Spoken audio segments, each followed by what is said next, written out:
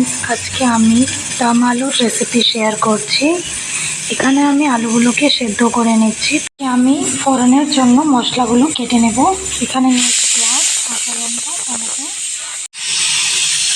আমি কিছুটা গুঁড়ো মশলা গুলে নেব। লঙ্কা গুঁড়ো, অল্প হলুদ গুঁড়ো, জিরে গুঁড়ো, ধনে গুঁড়ো। এখানে জল দিয়ে গুলে নেব। দেখতেই পাচ্ছি ভালো করে গুলে নিয়েছি মশলাগুলো। চাপিয়ে দিচ্ছি এখানে তেলটাকে গরম হতে দেব। ভালোভাবে গরম হয়ে গেছে। এখানে সেদ্ধ করে আলুগুলোকে ভেজে নেব। এখানে আলুগুলোকে লাল লাল করে ভেজে নেব আমরা। দেখতে পাচ্ছেন আলুগুলো লাল লাল করে ভাজা হয়ে গেছে। এবার আলুগুলোকে তুলে নেব। তেলের মধ্যে ফোড়ন দেব। ফোড়নে শুকনো লঙ্কা, এলাচ, দারচিনি, তেজপাতা আছে। একটু লাল হয়ে গেলেই পেঁয়াজ দেবো।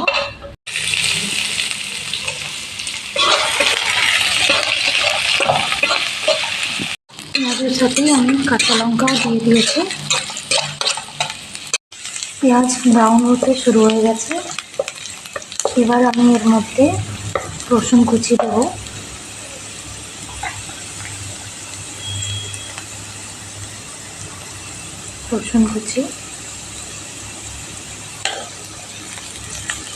রসুনের কাঁচা গন্ধ চলে গেলেই গুলে রাখা মশলাগুলো এর মধ্যে দিয়ে দেব।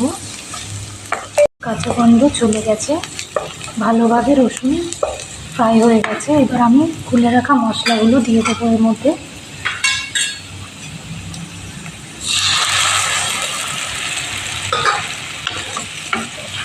ভালো করে মিক্স করে নেব।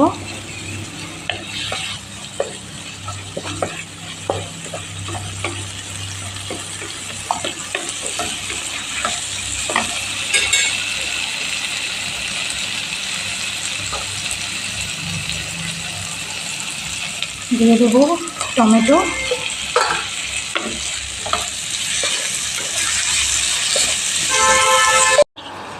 লবণ দিয়ে দেব।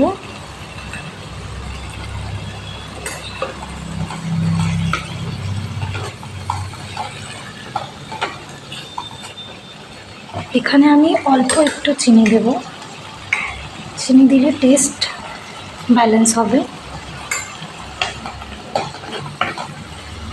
আর রান্নার রঙটাও ভালো আসবে।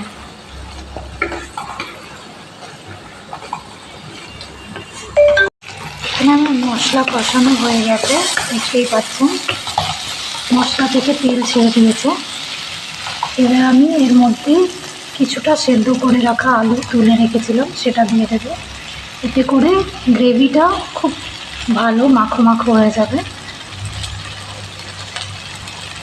মশলার সাথে আলুগুলোকে ভালোভাবে মিক্স করে নেব।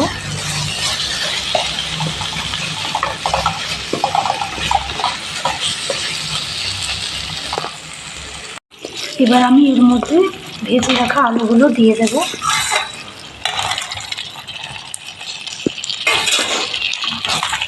সব কিছু মিক্স করে 2 মিনিট কষিয়ে জল দিয়ে দেবো এর মধ্যে।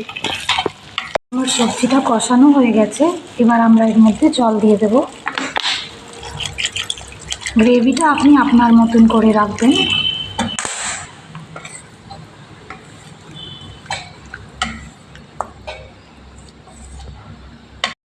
আমার এই রেসিপি ভিডিওগুলো যদি আপনাদের ভালো লাগে, আমার চ্যানেলটা সাবস্ক্রাইব করে পাশে থাকা বেল আইকন প্রেস করুন।